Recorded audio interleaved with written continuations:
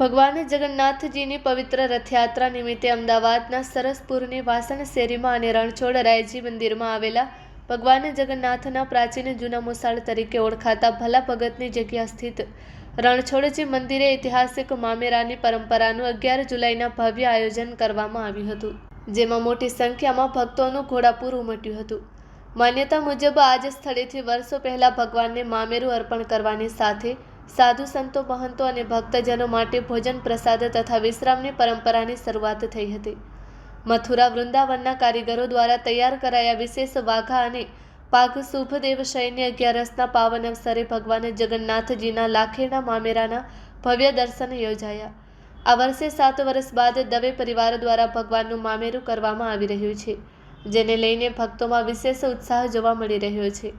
ભગવાન જગન્નાથજી માટે મથુરા વૃંદાવનના કારીગરો દ્વારા તૈયાર કરાયેલો વિશેષ મુગટ તેમજ સુંદર કલાત્મક વાઘા અને આભૂષણો અર્પણ કરવામાં આવ્યા હતા।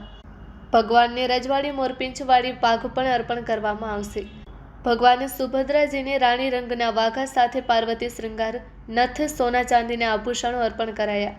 તેમાં 3 સોનાની વીંટી, સોનાનો દોરો, ચાંદીની પાયલ, કંદોરો, જુડો અને વીંછિયા સહિતના આભૂષણોનો સમાવેશ થાય છે। બહેન સુભદ્રાજીને 16 શણગાર અને ભાઈ બલરામજીને હળની ભેટ, આ ઉપરાંત ભગવાનને ચાંદીનો તુલસીનો ક્યારો પણ અર્પણ કરવામાં આવ્યો। મથુરા વૃંદાવનના કારીગરોની કળાથી તૈયાર થયેલા આ વાઘા અને આભૂષણો ભક્તો માટે વિશેષ આકર્ષણનું કેન્દ્ર બન્યા છે।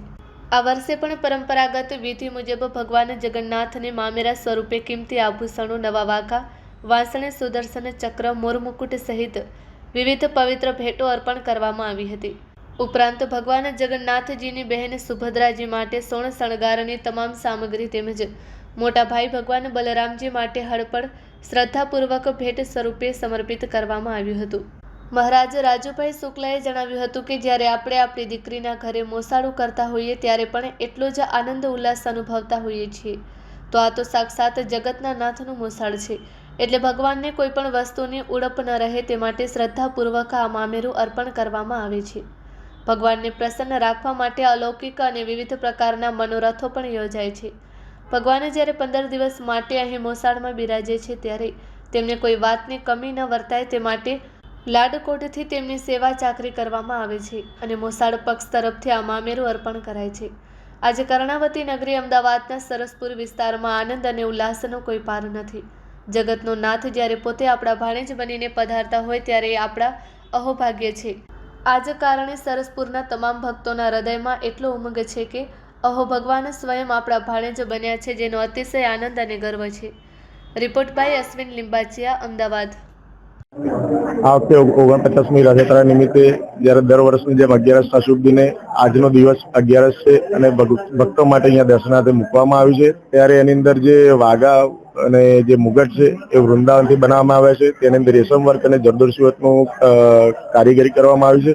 તદુપરાંત ત્યાં સોના ચાંદીના અલંકારો પણ દર્શનાર્થે મૂકવામાં આવે છે અને બેન સુભદ્રાજીનો પાર્વતી શણગાર પણ દર્શનાર્થે મૂકવામાં આવે છે। તદુપરાંત અહીંયા જે આપણે જોઈ રહ્યા છીએ કે મોટા હાર છે એ બોલ્સની ડિઝાઇન ઉપર બનાવવામાં આવ્યા છે। ભગવાનના વાઘા જે આ વર્ષે જે વૃંદાવનથી બનાવવામાં આવ્યા છે, વૃંદાવનના કારીગરો દ્વારા બનાવવામાં આવે છે। એમાં મયુર થીમ ઉપર વસ્ત્રો બનાવવામાં આવ્યા છે અને જે આપણે જે મુગટ છે એની અંદર રેશમ વર્કનું કાર્ય કરવામાં આવ્યું છે।